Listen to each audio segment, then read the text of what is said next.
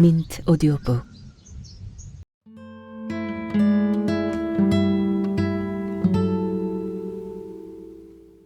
새벽의 발자국.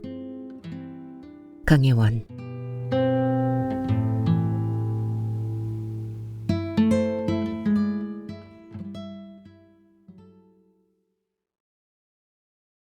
여든 중반을 넘긴 이 여사의 시간은 남편이 떠난 그날 이후 멈춘 채 고여 있었다.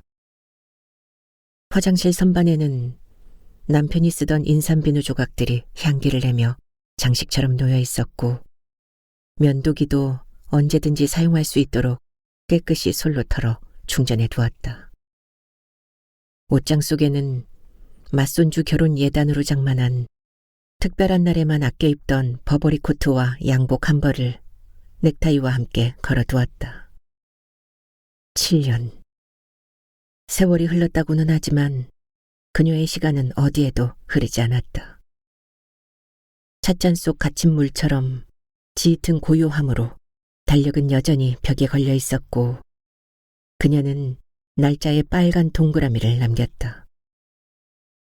그 빨간 원은 해마다 어김없이 돌아왔고, 달력의 나머지 날들은 희미하게만 지나갔다. 오늘은 그날이었다. 7번째 기일. 여든 중반을 넘긴 그녀의 일상은 이날만큼은 돌멩이가 떨어진 수면처럼 심장이 격렬히 요동쳤다. 그리움과 원망, 기다림과 체념이 교차하며 소용돌이치는 감정을 한 잔의 물속에 담기엔 너무나 넘치는 것이 되어버렸다. 이 여사는 낡은 화장대 서랍을 조용히 열었다. 먼지 뽀얗게 앉은 벨벳 상자 속에서 남편의 회중시계를 꺼냈다. 부드러운 손길로 먼지를 닦아내자 반질반질한 금속이 빛을 머금었다. 태엽을 감는 손끝이 미세하게 떨렸다. 귀에 시계를 가져갔다. 소리가 멈춘 시간 속에 갇힌 그녀의 현실을 몰아내듯 초침없는 시계는 작은 소리를 내며 움직이기 시작했다. 늦은 오후, 침묵이 팽팽하던 집에 아들네, 딸네, 손주 며느리, 증손주까지 북적였다. 어머니, 이건 며느리가 직접 만든 육전이에요. 엄마, 오늘은 날씨도 맑아서 참 다행이에요. 일찍 오려고 했는데. 모두가 한마디씩 붙였지만 그들의 말 속에는 스치는 바람처럼 얇고 가벼운 진심만 담겨 있었다. 이 여사는 잔잔하게 웃는 표정만을 내보였다. 그들의 걱정은 그녀의 고독 옆에 다가서지 못하고 스쳐 지나갈 뿐이었다. 북적이는 분위기는 낯설었고 그녀를 더 쓸쓸하게 만들었다. 굴비, 육전, 무나물, 도라지나물 등, 그리고 남편이 생전에 아침 식사로 늘 찾던 우유 넣은 인스턴트 커피와 프렌치 토스트를 영정사진 가장 가까운 곳에 올렸다. 제사상은 정갈했다. 그러나 아직 뇌 올리기에는 이른 시간이었다. 벽걸이 시계를 흘끔 보는 손주 며느리의 눈가가 피곤해 보였다. 간밤에 아이가 아팠다는 말을 들었던 것도 같았다. 손주는 넥타이를 살짝 풀고 있었다. 며칠째 야근에 시달려 눈 밑에 그림자가 내려앉은 것이 보였다. 사정을 들어 알고 있음에도 불구하고 향 피울까요? 조심스럽게 묻는 며느리에게 이 여사는 눈살을 찌푸렸다. 밖을 내다보고 시계를 올려다보았다. 9시가 조금 넘었다. 이 여사는 머리를 흔들며 미간을 모았다. 아직 시간이 안 됐다는 무언의 표현이었다. 눈치 빠른 딸이 쪼르르 밖으로 나갔다 들어오며 엄마, 아빠 들어오시게 대문도 현관문도 열어놨어요. 그만 지내시죠. 아빠도 이해하실 거예요. 생글생글 웃으며 이 여사의 팔을 잡아 일으켰다. 어머니 그러시죠. 애들 내일 출근도 해야 하는데. 이 여사는 그들의 지친 모습이 마음에 걸렸지만 예전 시아버님 살아계실 때 자정에 지내던 의식을 남편이 1시간이나 앞당겼고 자식들이 분가하면서 그나마 밤 10시에 지내게 되었다. 이 여사는 더 이상 앞당길 수는 없다고, 이건 망자에 대한 도리가 아니라고 판단했다. 하지만 자식들이 돌아갈 밤길을 생각하니 무조건 도리나 격식만 고집할 수는 없는 노릇이었다. 그래, 조금 일찍 지내자. 그녀는 담담하게 명령했다. 왜 울려라? 이 여사는 상 앞에 앉아 향불 위로 피어오르는 연기를 바라보았다. 그 가느다란 연기를 따라 그녀의 초점은 서서히 멀어지며 아련해졌다. 남편에게 닿을까? 아니면 다시 되돌아와 가슴을 태울까? 허공으로 퍼져오르는 향연은 닿을 수 없는 곳으로 보내는 그녀의 염원 같았다. 사위가 잔을 올리고 딸과 손녀가 함께 절을 올렸다. 아들 내외는 잔도 올리지 않고 뒤에서 고개만 숙여 기도하는 듯했다. 그 뒤로 어릴 적에 남편이 눈에 넣어도 안 아프다고 끼고 살던 손자가 조용히 서 있었다. 어린 증손주는 답답했는지 어미 손에 잡힌 손을 베베 비틀어 빼내려 하다가는 안 되자 바닥에 누워 버둥거렸다. 이 여사는 그것을 못 본 채 했다. 그러나 증손주가 내뱉은 한마디는 날카롭게 귀를 찔렀다. 할아버지한테 절하면 안 된대요. 우리 목사님이 우상 숭배를 했어요. 공기가 멎은 듯 조용해졌다. 당황한 손주 며느리는 아이의 등을 때렸고 아들은 이 여사의 시선을 피하며 입술을 깨물었다. 이 여사의 속에서 무언가가 울컥 솟구쳤다.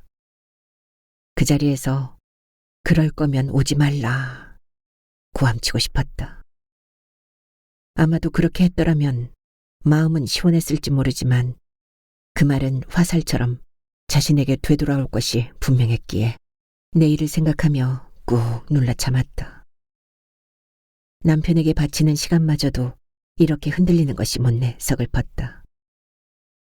하지만 엄마의 임종을 못 보는 것도 자식된 도리로는 평생 짊어지고 갈 불효인데 싶은 생각에 뒤에 남을 자식들의 심정이 헤아려져 마음이 짠했다. 유언은 못 남길 망정 매몰차게 말해서 자식들 마음에 상처만 남기고 갈 수는 없지. 이런 어미속도 몰라주는 자식들이 한편으로는 야속하고 서운하지만 애써 벌떡이는 가슴을 탁탁 치며 진정시켰다. 자식들이 귀가 준비를 서두르는 사이 이 여사는 주섬주섬 먹을 것을 챙겨가는 손마다 한 봉지씩을 손에 들려주었다. 어머니 부디 건강하세요. 엄마, 혼자 지내기 적적하면 우리 집에도 오시고 이 집 저 집 마실 삼아 몇 달씩 놀다 가세요. 저마다 인사 속에 걱정을 담았다. 내 걱정하지 말고 너희들이나 잘 살아. 모두 떠난 뒤 방 안에는 다시 정적이 내려앉았다. 이 여사는 조용히 앉아 향이 다 타버린 채를 손끝으로 툭툭 털었다. 그리고 자리에서 일어나 제기를 정리하면서 아들이 거실 책상에 넣어둔 액자를 도로 꺼냈다. 남편의 영정사진. 그 사진 속에 그는 세월이 멈춘 듯 얼굴 가득 환한 미소를 머금고 있었다. 시간은 오직 이 여사에게만 흘러갔다. 이번엔 제발 약속 좀 지켜요. 속삭이듯 그러나 날카롭게 그녀가 말했다. 사진을 다시 조심스레 제자리에 두고 방으로 돌아온 그녀는 장롱을 열고 진분홍빛 명주 한복을 꺼냈다. 결혼식 때 입었던 그 옷.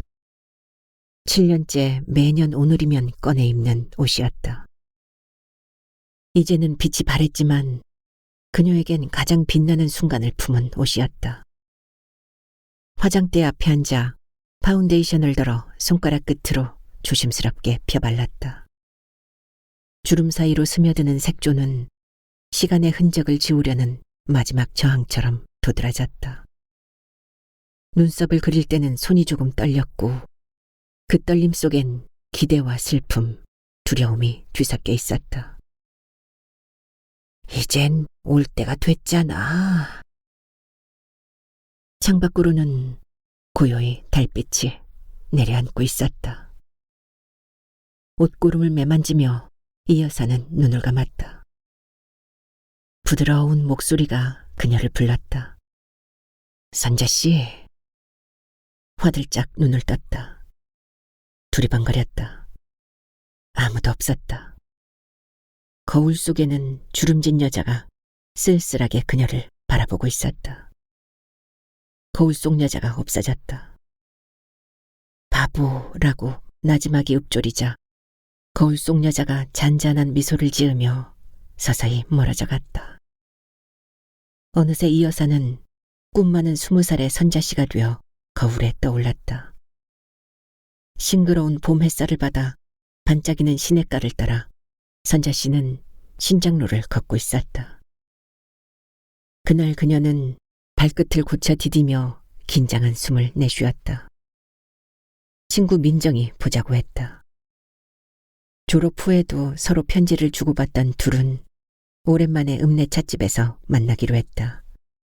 선자야, 그날 꼭 입고 와. 그 하얀 블라우스랑 체크무늬 치마 알지? 전화가 없던 시절 편지 속엔 그날 입을 옷까지 지시되어 있었다. 선자 씨는 웃으며 속으로 그럼이라고 가볍게 응답했지만 왠지 낯선 예감이 들었다. 그 찻집은 읍내에서 유일하게 라디오 음악이 흘러나오는 공간이었다. 창문 유리엔 물기가 어려 있었다. 민정이 남자와 함께 앉아있는 것을 발견했을 때 선자 씨의 심장이 낯선 설렘으로 쿵닥였다. 민정은 활짝 웃으며 외사촌 오빠라며 말쑥한 정장 차림의 청년을 소개했다. 처음 뵙겠습니다. 강요빈입니다. 정중하면서도 부담스럽지 않은 표정. 무엇보다 눈빛이 인상적이었다. 기계적으로 웃는 사람이 아니었다. 눈에 온기가 있었다. 호기심도 조심도 있었다. 당황한 선자 씨는 얼떨결에 인사를 하고 그가 권하는 자리에 반쯤 허리를 숙이며 얌전히 앉았다. 그는 옅은 미소를 지으며 목각 인형을 선물로 건넸다. 그것은 여러 개의 인형이 크기별로 포개져 있어 마지막에 무엇이 나올까 궁금해하며 열었다. 나중에서야 인형에 담긴 의미를 알았지만 그 당시에 그는 미래에 대한 꿈을 담고 있는 듯 말했다. 선자 씨는 왠지 모르게 그에게 끌렸다. 그의 말 한마디 한마디가 수줍은 그녀의 마음을 똑똑 두드리는 것만 같았다. 그날 오후는 짧았지만 그와의 만남이 묘하게 기억 속에 맴돌며 시간이 흐를수록 더욱 선명해졌다. 그리고 그와의 대화가 문득문득 떠올라 그녀의 얼굴을 달아오르게 했다. 어쩌다 첫 만남에서 죽음이라는 화두가 튀어나왔는지 모르겠지만 죽음 앞에서는 모든 철학이 겸손해진다는 그의 말에 그녀는 슬픈 말인데 이상하게 따뜻하게 느껴진다며 말끝을 흐렸었다. 그는 진지한 눈으로 그녀를 바라보았다. 그 순간 그녀는 가슴이 떨렸다. 야릇한 친밀감이 들었다. 이런 감정은 처음이었다. 그날 이후 그는 거의 매주 편지를 보내왔다. 그녀의 집안은 보수적이라 연애는 상상도 할 수 없었지만 그녀는 자신도 모르게 그를 기다렸다. 그가 읍내까지 오겠다고 하면 먼저 나와 멀리서 몰래 기다렸다. 그들의 사랑은 말보다는 생각의 공명으로 이어졌다. 그렇게 몇 달이 지나 그는 말없이 그녀의 손을 잡았다. 겨울 초입이었다. 당신 같은 사람을 난 다시 못 만날 것 같소. 그 순간 그녀는 웃지 않았다. 눈물이 먼저 고였다. 기쁨도 슬픔도 아닌 무언가 더 복잡한 감정이 마음속을 가득 메웠다. 강효빈의 아내라는 새롭게 부여된 삶에 대한 두려움이라고 할까. 하지만 그녀는 그를 사랑했다. 두려움이 고개를 쳐들 때마다 같은 곳을 바라보며 함께 웃고 함께 늙어가자는 그의 말을 되새기며 위로했다. 그는 다정하고 성실한 가장이었다. 이 같은 삶이 영원하리라 믿었다. 그러나 시간이 흐르면서 그의 다정은 삶의 무게에 묻혀버렸으며 말수가 줄었고 엄마의 치마폭에서 맴돌던 아이들도 각자의 공간을 찾아들었다. 그녀의 삶을 침묵과 고요가 휘감았다. 그녀가 원하던 삶은 점점 멀어져 갔고 그녀 곁에 외로움과孤独이 쌓여갔다. 어느 날 거실에서 혼자 뜨개질하다 시리엉 켰다. 문득 자신도 그 실처럼 꼬이고 있다고 느꼈다. 풀고 싶어도 어디에서부터 잘못되었는지 알 수 없었다. 그는 바깥일에 더 치중했고 회사에서의 성과, 사회적 위치에 그녀를 등한시하기도 했다. 아이들의 교육은 그녀에게 맡겼고 조금의 실수라도 생기면 그녀의 상황 인식에 대한 무신경을 탓했다. 그녀는 어느 때부턴가 평행선이 되어 그의 시선 밖에 서 있다는 절망감을 느꼈다.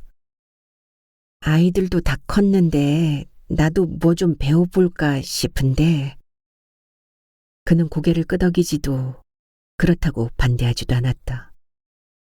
대신 신문을 넘기며 중얼거렸다. 그 나이에 뭘... 그는 집안에서 거의 말을 하지 않았다. 자식들에게는 든든한 아버지였고 동료들에게는 신망 높은 선배였지만 선자 씨에게 그는 점점 낯선 동거인으로 변해갔다. 유리창이 바람에 덜컹거리던 어느 겨울밤에 그녀는 그가 등을 돌린 채 잠든 모습을 보았다. 불현듯 눈물이 쏟아졌다. 같은 곳을 바라보며 함께 웃고 함께 늙어가자고 했던 사람이 맞나? 혹시 그의 영혼을 누군가 훔쳐간 것은 아닐까? 그녀는 그의 등에 얼굴을 묻었다. 고른 그의 숨결이 느껴졌다. 그녀는 조용히 속삭였다. 효빈 씨, 나 여기 있어요. 여전히 당신 곁에 있어요. 하지만 그 말은 고요한 어둠의 이불 속으로만 흘러들었다. 갱년기에 그녀에게 필요한 대상은 든든한 남편도 소중하지만 다정했던 효빈 씨가 더 절실했다. 그녀의 존재가 흔적 없이 사라질 것 같은 절망감으로 두려웠다. 그녀는 애원하듯 그를 불렀다. 하지만 감각이 무뎌진 그의 등은 그대로였다. 이렇게 늙어가는 걸까? 부부는 대화를 잃었고 부부의 풍경은 반복적인 일상의 동선으로만 남았다. 서로를 향한 호기심도 질문도 사라졌고 어느샌가 그들은 마주보는 대신 앞만 보고 걷기만 했다. 그러나 그마저도 점점 희미해져 갔다. 한여름밤 정전되어 불이 꺼진 거실에서 그녀는 혼자 촛불을 켰다. 그 촛불이 벽에 희미한 그림자를 만들었다. 그 벽에 그려진 검은 물체를 보는 순간 그녀는 이상하게 언제 어디선가 본 듯한 낯익음을 느꼈다. 그림자는 하나였다. 그의 그림자가 없는 벽 앞에서 그녀는 깨달았다. 그는 늘 바빴고 그녀는 늘 그 자리에 있었지만 그들은 이미 오래전부터 같은 시간을 살지 않고 있었다. 이 여사는 안방으로 향했다. 7년째 비어있는 남편의 자리 옆에 누웠다. 창문으로 쏟아지는 달빛과 별들이 이불 위로 차갑게 쏟아져 내렸다. 눈을 감자 심장이 격렬하게 뛰기 시작했다. 내일 아침 눈을 뜨고 싶지 않았다. 이대로 시간이 멈추었으면 좋겠다고 간절히 바랐지만 깊은 불안감이 그녀를 잠식했다. 무엇이 잘못되었을까? 매년 남편의 기일이면 반복되는 고통스러운 의식이었다. 가장 고운 옷을 차려입고 잠자리에 들었으며 다음날 아침이 밝아오면 눈뜨기를 거부하며 스스로에게 질문했다. 뭐가 잘못된 거지? 우리에게, 나에게. 밤새도록 혹은 동이 틀 때까지 그녀는 이 질문 속에서 헤어나오질 못했다. 이 여사의 이러한 집착에는 시부모님으로부터 내려온 이야기가 깊게 자리 잡고 있었다. 시아버지는 시어머니보다 3살 연하였다. 두 분의 금슬은 유별났다.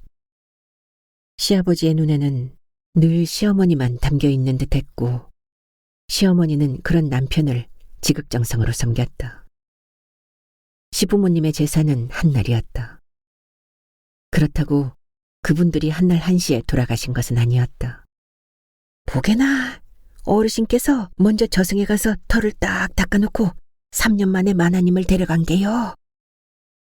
동네 사람들은 시부모님의 죽음을 전설처럼 이야기했고 3년상은 저승에서 집을 짓는 시간이라는 믿음까지 생겨났다. 동네 사람들은 저승길도 함께 간 부부라며 징송했다. 시어머니는 늘 그 양반을 말할 때 끄듬을 길게 끌듯 특별한 호흡을 가졌다. 그 양반.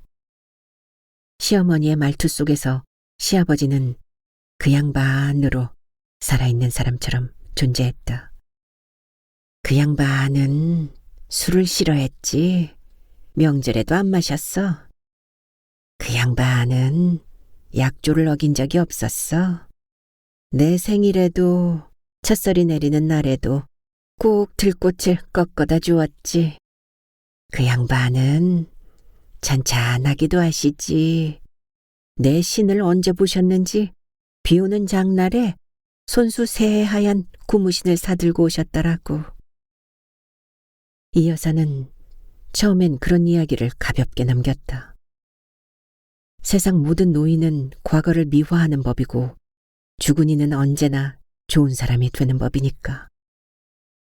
그러나 해를 거듭할수록 그 말들의 결이 바뀌어 보이기 시작했다.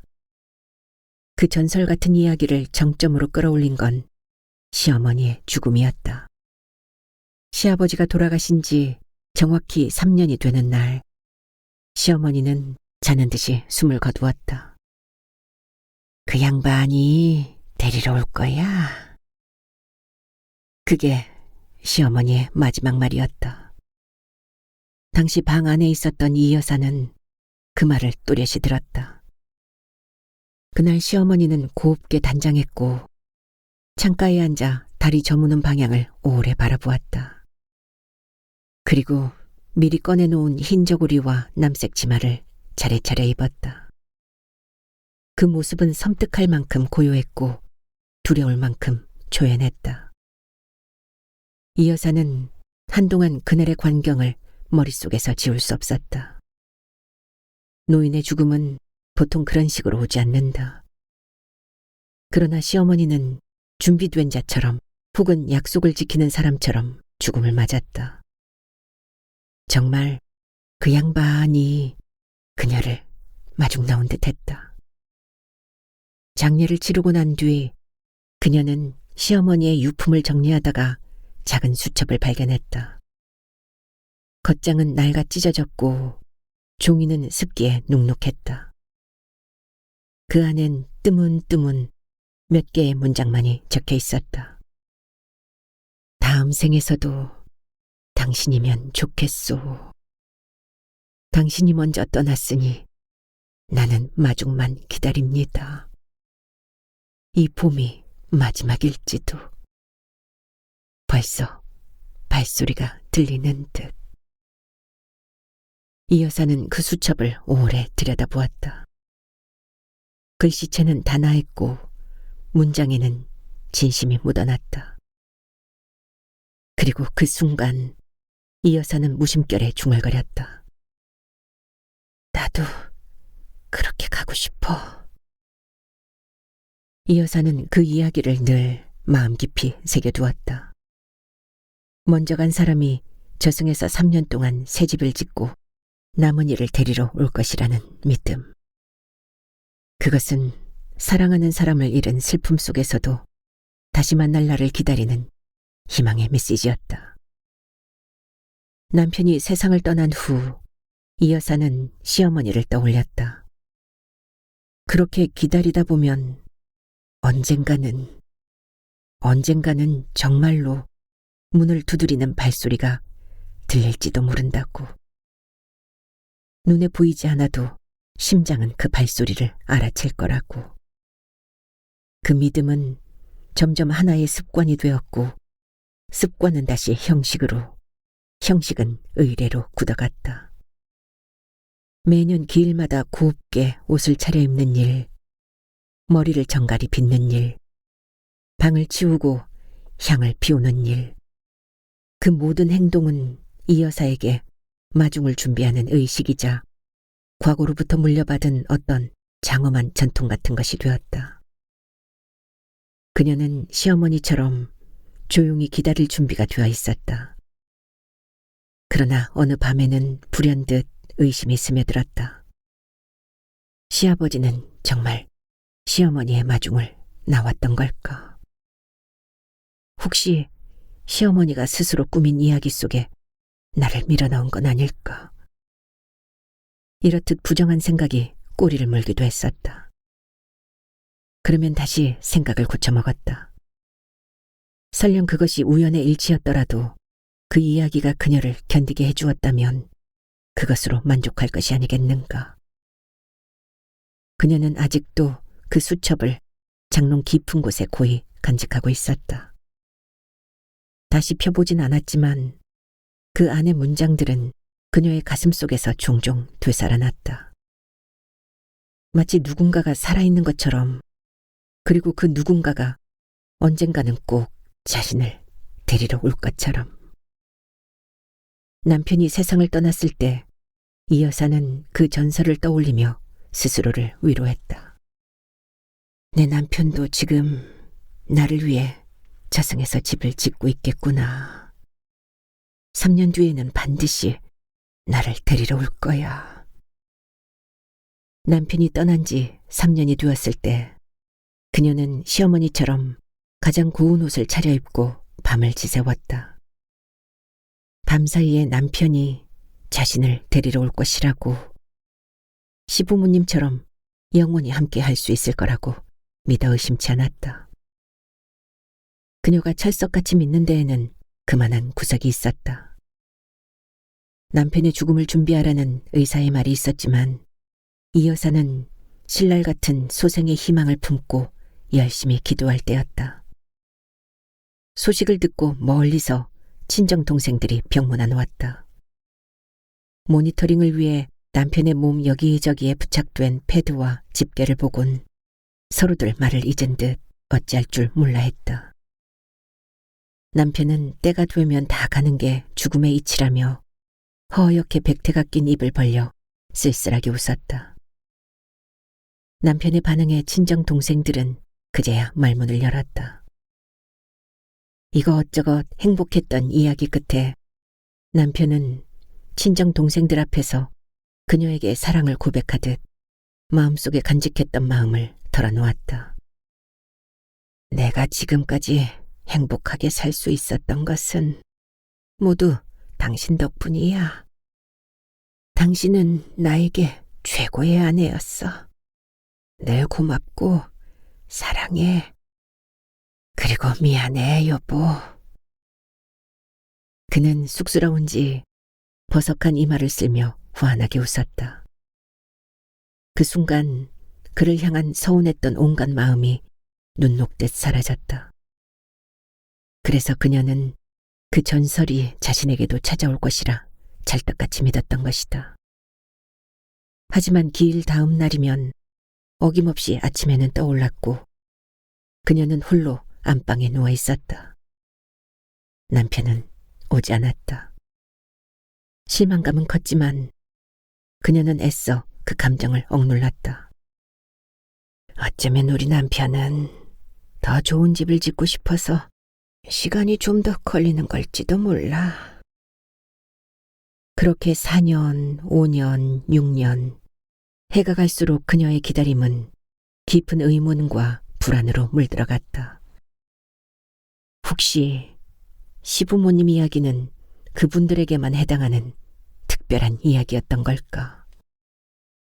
혹시 우리 부부의 사랑은 시부모님처럼 강하지 못했던 걸까? 혹시 남편이 나를 데려갈 만큼 나를 충분히 사랑하지 않았던 걸까? 아니, 혹시 내가 남편을 충분히 사랑하지 않았다고 오해하고 있는 것은 아닐까? 그래서 그가 나를 데리러 오지 않는 걸까? 혹시 온갖 종류의 고통스러운 의문과 자기 부정적인 생각들이 그녀를 괴롭혔다. 매년 기일마다 반복되는 무엇이 잘못되었을까라는 질문은 사실 왜 당신은 나를 데리러 오지 않는가 하는 남편을 향한 원망이자 자신을 향한 가혹한 자책이었다. 사랑했던 순간만큼이나 아팠던 순간들도 선명했다. 완벽하지 않았던 그들의 관계가 혹시 남편이 자신을 데리러 오지 않는 이유일까? 시부모님처럼 완벽한 사랑이 아니었기 때문에 자신이 버림받은 것은 아닐까? 그런 불안감과 자책이 7년 동안 그녀를 갉아먹었다. 생각은 꼬리에 꼬리를 물었다. 남편은 정말 저승에서 그녀를 데려갈 준비를 하고 있기는 하는 걸까? 시아버지의 이야기는 마치 신화 같았다. 피난길에도 고향 마을 어귀위에 커다란 솥 3개를 걸고 굶주린 피난민들에게 시래기죽을 퍼주시던 분. 그 선한 마음이 하늘에 닿아 사후에도 복을 받은 것일까? 이 여사는 마음속으로 빌고 또 빌었다. 시아버지의 그 엄청난 선행을 남편도 조금이나마 물려받았기를. 하지만 기억 속의 현실은 씁쓸했다. 남편은 법 없이도 살았던 사람이지만 누구를 위해 봉사하는 것을 그녀는 본 적이 없었다. 심지어 적십자 회비를 거들어 온 동장에게까지 돈벌이 못한 지 몇십 년 된 늙은이가 무슨 돈이 있다고 회비를 내래. 나 같은 사람한테는 돈을 줘야지. 하며 호통을 치지 않았던가. 어쩌면 남편은 저승에서 터닦을 복돈 한 푼 만들지 못한 게 아닐까. 그의 이기적인 마음이 그를 그곳에 묶어두는 건 아닐까. 이 여사의 마음은 안타까움으로 시렸다. 이 여사의 마음을 더욱 초조하게 만드는 기억이 또 떠올랐다. 시아버지는 젊은 시절 사냥터에서 홀로 쫄래쫄래 따라오던 누런 강아지를 집으로 데려와 황구라 이름 짓고 애지중지 키웠다. 황구가 늙어 대청마루 밑에서 눈만 끔벅거릴 때까지 곁을 내주었다. 그 개는 숨 쉬는 것조차 힘들어 보였지만 시아버지는 자연사하게 기다렸다가 묻어주겠다고 말했었다. 복날이 가까운 어느 날 시아버지가 외출한 사이에 시어머니가 머슴과 시동생들을 시켜 황구를 잡았다. 출타해서 돌아온 시아버지는 그 사실을 알고 크게 노했다. 황구의 뼈 한 점도 남김없이 추려오라고 해서 정성껏 묻어주었다. 그리고 엄명을 내렸다. 이 집안에서는 절대로 개고기를 먹어서는 안 된다고. 그래서 지금까지도 가족 중 누구도 개고기를 입에 대지 않았다. 아이들이 어릴 때였다. 선물 받아 키우던 치와와 깐돌이가 아련하게 이 여사의 가슴을 찌르듯 생각났다. 깐돌이는 사랑스러웠다. 아이들은 집에 들어오면서 제일 먼저 깐돌이를 찾았다. 예뻐서 안고 비비적대며 입을 맞췄다. 그런데 남편은 깐돌이에게 인색했다. 남편이 퇴근할 시간이 되면 깐돌이는 현관 앞으로 달려가 낑낑대며 문을 긁었다. 골목 어귀에서 남편의 발자국 소리가 들리면 반가움에 꼬리를 회회치며 좋아했다. 하지만 그는 질색하며 발로 툭툭 차서 현관 밖으로 내쫓았다. 동물은 집안에서 키우면 안 돼. 동물털은 호흡기에 안 좋아. 동물에게조차 그렇게 인색했으니 시아버지 같은 큰 복을 받았을리 만무하지. 그의 행동 때문인가 싶어 생각할수록 속이 상해 팔짝팔짝 뛰다 미칠 지경이었다. 7번째 기일. 7년의 기다림은 그녀를 지치게 했지만 마지막 희망의 불씨를 놓지 못하게 했다. 서랍 깊숙이 넣어두었던 남편의 낡은 회중시계를 품에 안았다. 거울 속 그녀의 모습은 작은 숨에도 무너질 것처럼 간신히 버티고 있는 듯 보였다. 밤이 깊어갈수록 심장은 요동쳤다. 잠자리에 누워 눈을 감았지만 5만 가지 생각이 꼬리를 물었다. 시어머니는 정말 그날을 알고 계셨을까? 아니면 시어머니 역시 오지 않을 남편을 기다리다 끝내 포기하고 홀로 떠나신 것은 아니었을까? 그렇다면 내가 매년 고운 옷을 차려입는 행위는 오지 않을 남편에게 보여주기 위한 헛된 지장일 뿐인가? 남편이 오지 않는다면 그건 우리 사랑의 실패를 의미하는 걸까? 아니, 그건 내 삶의 실패를 의미하는 걸까? 고통스러운 생각들이 파도처럼 밀려왔다가 생채기를 내고 밀려갔다. 어둑 새벽의 기운이 초조하게 창문 틈으로 스며들었다. 이 여사는 여전히 누운 채 미동도 하지 않았다. 거쳐가는 어둠이 원망스러웠다.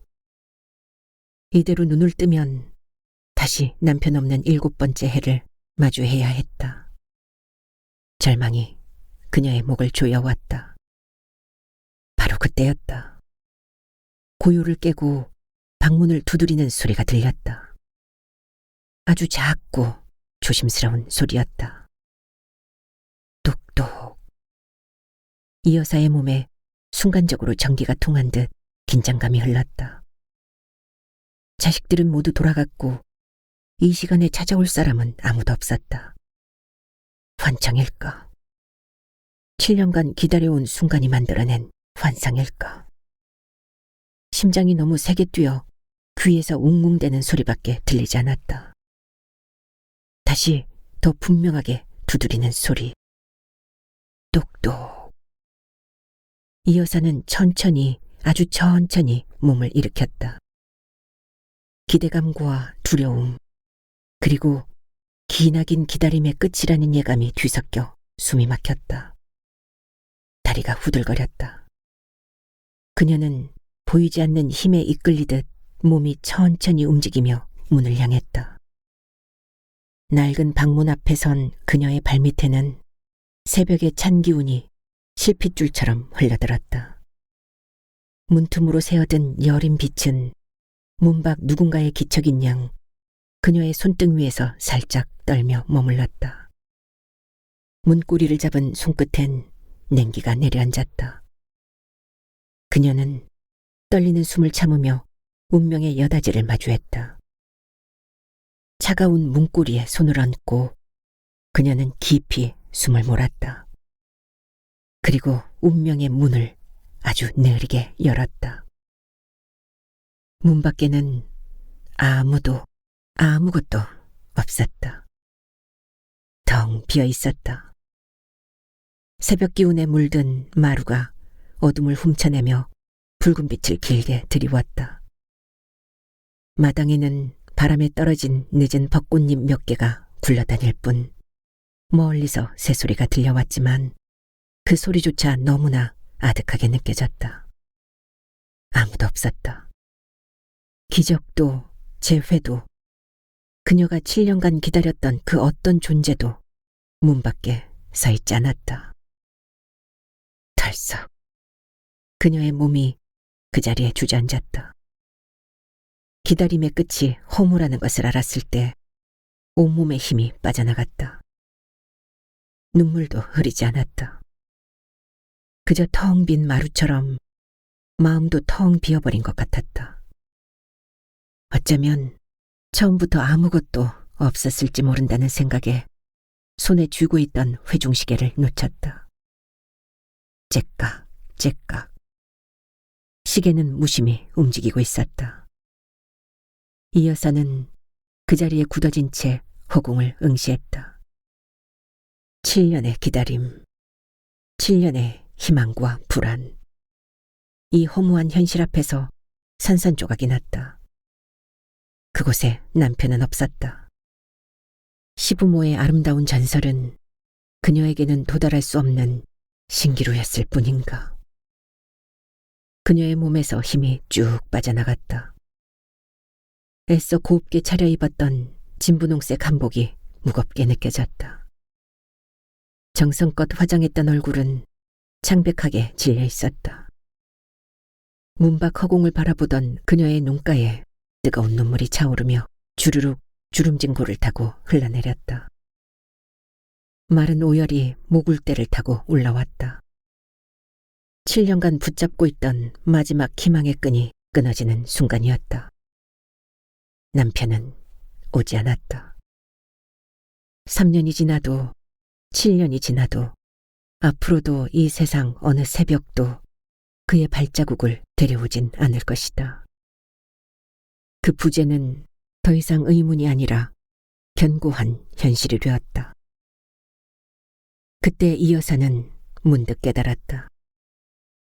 방금 들었던 문 두드리는 소리, 그것은 남편이 자신을 데리러 온 소리도 저승사자의 부름도 아니었다. 그것은 바로 그녀 자신의 심장소리였다. 아니면 7년 동안 초조함과 절망 속에서 미친 듯이 요동치던, 그래서 환청처럼 문 두드리는 소리로 들렸던 자신의 영혼의 소리였거나, 진실의 문을 열기 직전 마지막으로 그녀에게 보낸 내면의 소리였던가. 남편은 오지 않는다. 그리고 시부모의 전설은 그녀가 빌리고 싶었던 위안의 틀이었을 뿐이었다. 진실은 더 단순했고 더 냉정했다. 그녀는 오지 않을 사람을 기다리며 외로움을 추스리려 했던 것이다. 무엇이 잘못되었을까? 되뇌었던 질문은 남편의 부재를 받아들이지 못하고 과거에 매달려 있던, 현실을 외면했던 자신을 향한 날카로운 비판이었음을 비로소 깨달았다. 문 밖 허공에서 시선을 거둔 이 여사는 천천히 방 안으로 돌아왔다. 새벽빛이 방 안을 가득 채우고 있었다. 더 이상 눈을 감고 과거에 머물고 싶지 않았다. 눈을 똑바로 뜨고 이 현실을, 그리고 자신의 남은 삶을 마주해야 했다. 남편은 오지 않을 것이다. 기다림은 끝났다. 7년이라는 긴 시간 동안 이 여사는 남편을 기다린 것이 아니라 남편 없는 삶을 살아갈 용기를 찾는 시간이었음을 깨달았다. 그녀를 올가매던 약속과 기다림은 이제 더 이상 자신을 가두는 굴레가 아니었다. 그녀는 떨리는 손으로 문을 닫았다. 이제는 그를 놓아주고 오롯이 자신만의 삶을 살아가야 할 차례였다. 그녀는 곱게 차려입었던 진분홍색 한복을 벗었다. 이제 이 옷은 더 이상 남편을 기다리는 옷이 아니었다. 소중하게 개어 옷장 깊숙한 곳에 넣었다. 시부모의 이야기는 아름다운 추억으로 간직할 뿐, 그녀의 삶을 올가매는 굴레가 되지 않도록. 이 여사는 창가로 다가가 창문을 활짝 열었다. 신선한 아침 공기가 가슴속 깊숙이 파고들어왔다. 마당의 벚나무에서는 연두빛 새잎들이 햇살을 받아 반짝였다. 창밖의 세상은 그녀의 기다림과 상관없이 생기 넘치게 돌아가고 있었다. 새소리가 환청이 아닌 실제로 맑게 들려왔다. 그것은 기다림의 끝을 알리는 소리이자 새로운 시작을 알리는 축복이었다. 7년 만에 이 여사는 비로소 깊은 잠에서 깨어났다. 오지 않을 남편을 기다리며 과거에 머물기보다 남은 삶을 자신을 위해 살기로 결심했다. 이제 그녀만의 진홍빛 새로운 아침이 밝아오고 있었다.